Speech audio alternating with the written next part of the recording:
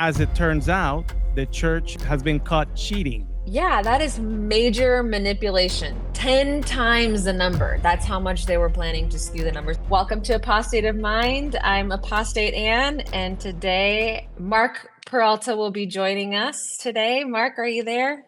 Hey, how's it going?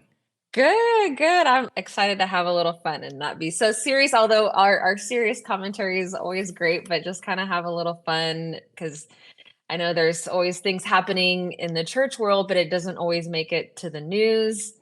And I know, being in the church world, you kind of only are shown all the good that the church is doing and taught not to question. So now being on the more critical side of things, we can, kind of see some of the problems within the church and call them out. That's right. We're spilling the tea on the church today. So welcome, everybody. Yes, got my tea right here. Spilling the tea like a jar of molasses and getting into some of the local gossip. I ain't want to gossip, so you ain't heard that from me. Today, one of the local headlines was talking about a mega church that basically was manipulating the numbers to try to get a traffic light installed into the parking lot. So it may not sound like a big deal, but I think when we get into the details, you'll kind of see why it was problematic. Absolutely. Because, they're supposed to be doing the Lord's work and relying on the Lord for Him to come through with their church needs. And they're obviously resorting to very bad means of acquiring this traffic light. And so we're glad to talk about it. So where would you like to start? Yeah, how about you tell us a little bit about the church in particular that we're going to be discussing? Okay. So Lakepointe Church. It's a church in Rockwall, Texas. And according to the headline from the Dallas Morning News, says Rockwall megachurch drew online backlash for trying to manipulate a traffic study. This is a very popular church. It's an evangelical church in Rockwall, Texas, close to the Dallas Metroplex. Huge And it's church, huge. six locations. I think I heard around 16,000 congregates on any given weekend. So this is a mega church. It's a mega church, and it's one of those multiple multi-facility organizations where they've got church leadership that's sort of executive, and then they've got sort of like franchise pastors in each one of these locations. And so the Rockwall Church is the main one, I presume. I think it's the main headquarter church from which all the other ones stemmed from. And they're obviously growing, or apparently they're growing because they're concerned about traffic, and especially during the weekend when lots of people are trying to exit or come in at the same time, and it seems to be a bit of a mess. So the background story to this is that the church petitioned the city to go ahead and install, and they're wanting to put a traffic light, not on their main entrance, but according to the article, on their south entrance to help alleviate the congestion that takes place there. And, with the city and all that, there is a protocol that has to take place where the first thing they do is they organized an engineering study to see if it's even worth, like if this is really a need. And then pending on that, it gets approved, and then the city will then go ahead and construct the light and everything. Okay, sounds reasonable. Yeah, that seems to be like the standard protocol. Here's a church. It's a large facility. Here's from the inside. So they do have a need. So here's what I was able to find out. This you can look into the Texas MUTCD. It's a manual on the city, how they're going about these things. And it states here that there needs to be a study, and they come out and put like sensors where they measure like how many people are driving through this area at what times, like all this thought process that goes into it in order to justify the actual building of a traffic light. Because not only is it's something very expensive, a traffic light can be a project of up to $500,000. That's a $500,000 for a traffic light. Not only that, but it needs to be maintained as well. And so it's expensive to upkeep a light. And so the city has to go through measures in order to approve the budget for this and justify the great expense. And as it turns out, the church has been caught cheating on this study. Okay, so how did they cheat? All right, so how the church went about dealing with this. I presume they know ahead of time, hey, there's not going to be enough traffic of people going through this area to really justify a traffic light. So the church allegedly organized a directive from the church that sent an email over to small group leaders, which are really like these are the leaders that are like in touch with all the congregants, right? Yeah, and just to kind of share for those who may not be a part of the Christian church, I think it's important to mention.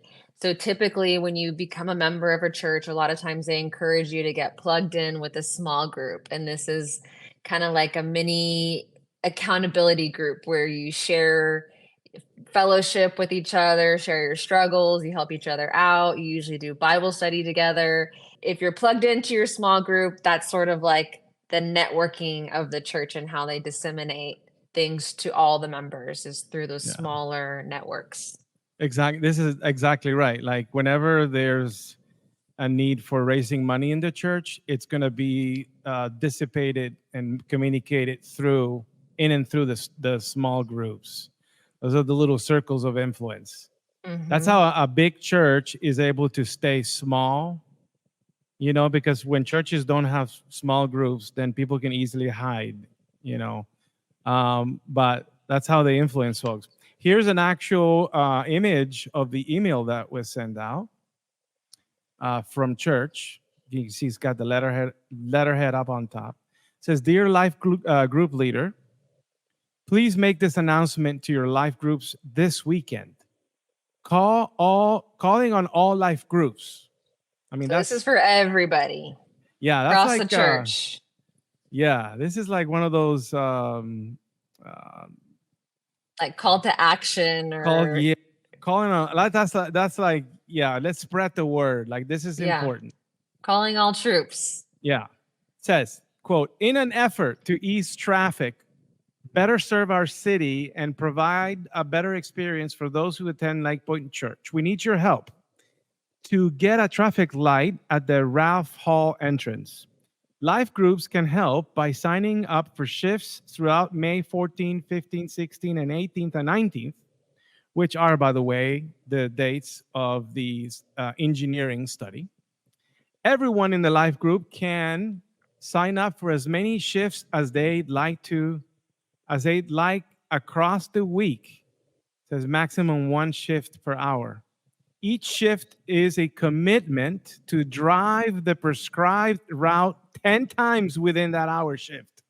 Wait a minute. Okay, so in efforts to ease traffic, they're having everybody come to drive 10 times around the church in the parking lot of the church? That's right. Well, yeah, they're trying to rack up the numbers because they know there's hardly any traffic, but they're in services. But the city doesn't care about that. The city really needs to justify whether or not there needs to be a traffic there 24/7. And so, they're hiring, well, not even hiring. They're just having their own people, circle around the church as many times as they can to make this look like a very heavy traffic light intersection when it's not. Yeah, that is major manipulation. 10 times the number. That's how much they were planning to skew the numbers, at least, because you're going to have the normal everyday traffic in addition to these people that are signing up for 10 times within an hour just to skew the numbers. And this is supposedly an effort to ease traffic and for the community. But how is that for the community? Like, think about if you're that volunteer, you're volunteering your time, you're volunteering gas money, which ain't cheap right now, and you're risking your safety. This church is located right off of a major highway and off of a frontage road. So I know this is the south entrance, but still, like, if you're having to circle back around and come back around and come back around, like, that's a significant amount of time, gas, risk, just for the manipulation of these numbers. But really, they're doing it under the pretense of easing traffic and bettering the community. Yeah, and they're probably trying to make it easier for folks to get in and out of this church during the Sunday.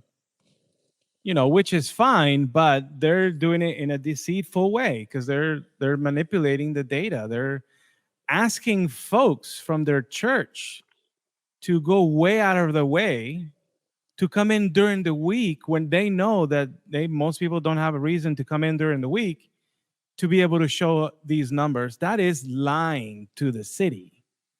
So then, of course, you can see here on the email, it says, click here to sign up for shifts now. So what that tells me is that there is a system in place that is being hyperlinked, some sort of calendar system that most churches operate to organize their volunteers. This is a church activity, church promoted activity, very clearly. Yeah, and I love how it says here, it's great if you can make more than 10 laps. Sure, how great.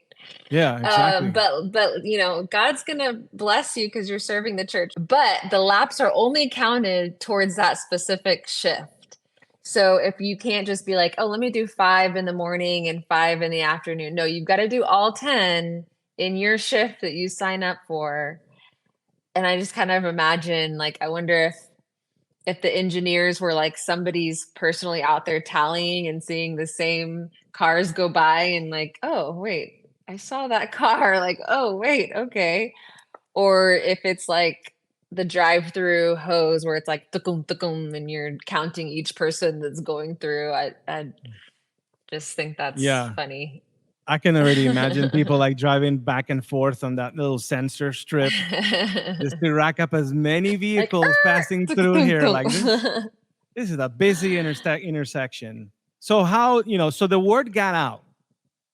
They put this on social media and somebody reported it to the city. So guess what happened? The city got word of it and they actually canceled the study. Oh. Yeah. Okay. So the city canceled the study and now they're not going to be able to get a light in there after all. I think it's really important to note that among the first volunteers who signed up to do this were the pastors. So, there was some support in this from church leadership. Well, and that's the thing. So according to the statement, it says, the church said that on the afternoon of Friday, May the 10th, quote, a staff member made the unfortunate decision to attempt to sign up people from within Lakepointe to positively impact that count. So the church's official response on this problem is, well, we didn't really sponsor it like from the top. She did it. That's that right. staff person did it. A staff member. So yeah, it wasn't exactly. Us leadership. They're pointing fingers at somebody. But just as you said, the branch pastor, the local pastor, and as well as another member of their ministry team signed up to volunteer. So think about it. Like, how could you tell me that this is not a church-sponsored event where you have an email that circulated with your church logo and header, where Yeah. you linked the scheduling service of the church to sign up for the volunteers, and you came up with a whole week, right? A roster of when to bring people in and make this look like it's legit, right? And that you have at least 2, including the senior pastor at that location, sign up to volunteer. Come on. Yeah. You knew what was going on, and you were the first to sign up to participate in it as well. Yeah.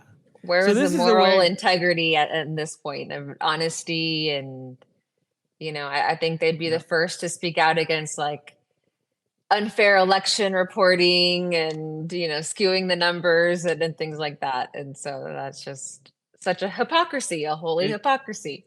It's such a hypocrisy. Look, it says that decision was made without knowledge by the senior executive leadership.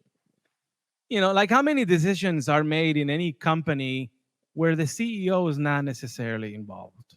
Right. You know what I mean? Does that really excuse them from doing it? Yeah. Just to be like, well, the very head of the company didn't know about it, as if they wouldn't have allowed it if they knew about it. Yeah. And this, to me, it speaks volumes of whoever that CEO is.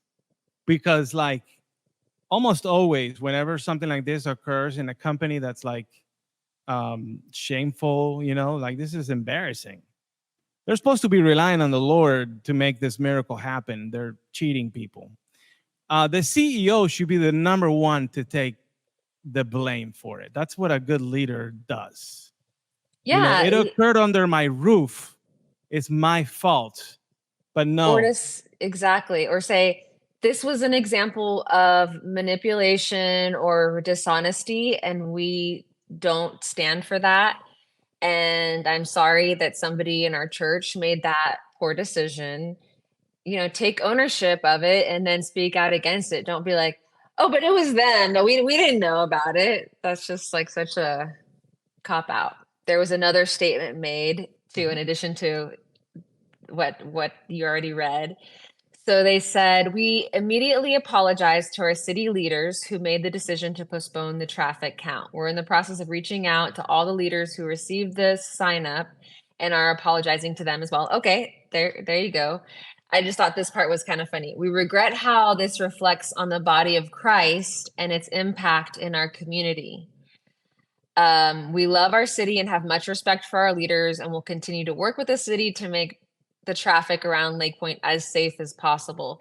But I mean, how about apologizing for trying to make people put their lives at risk, wasting their time and money for this thing that was only going to really serve the church? I mean, I know that they're trying to say that they're helping the community by using traffic, right? Which I can understand that.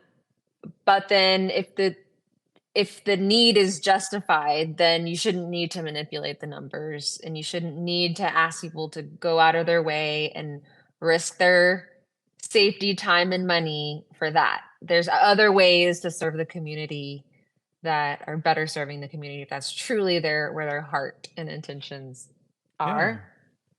Not to mention that you're going to have people that will see that and be like, isn't that a little shady? Like, you're actually making me to do something that's not reflecting reality. And now I will mention that it sounds like the church did promise to pay for the building of the light. As they should. They don't pay taxes, so why should they benefit from the city resources? Yeah. Except I think that part of, just the building of it is not enough. There's always maintenance required when it comes to these sort of things. And based on a little research we did, I think it was about $8,000 a year. $8,000 a year, that is the cost of the average streetlight intersection, just on maintenance. So, there's a reason why the city is like, hey, I've got a strict, rationale here for actually building one of these things. And They have their every right to say no. If the data doesn't reflect their standard, then it doesn't get built. That's how it works. So I mean, this is a typical example of the church milking the system, to its benefit. And also another demonstration of how, like, really, if there really was a God, like these sort of things, the church shouldn't have to resolve to this sort of thing. Come on. Right. Right. And I'm always bothered, like we were part of the church. We used to serve the church all the time, and we really thought we were doing good and benefiting our community because that's how they sell it. But it wasn't until after I deconverted, even way after I deconverted, that I looked back and was like, wait a minute. All that time, all that service, all that the money I donated, the risk I put myself in, the only one who really benefited was the church. Like if I don't have a God who's counting all these wonderful things, then really I'm just doing all this for the church. In which, if you want to spend your time that way, great, but there's so many other areas of need than, for in this case, for example, getting a traffic light. You know what I mean? Right. Yeah. So, yeah, well, there you have it, folks. Make sure to like and subscribe. We'd love your support. And thanks for drinking the tea with us. We hope to do more episodes like this. Yeah. Oh, and also, please do check out our store on YouTube.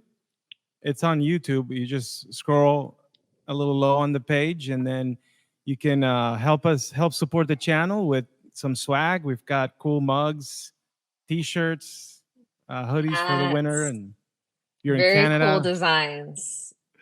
Yeah, so we can't wait to see anyone that does share a picture wearing something from Apostate of Mind, and they share it with us on Facebook. So cool. We'll be sure to include it in one of our videos.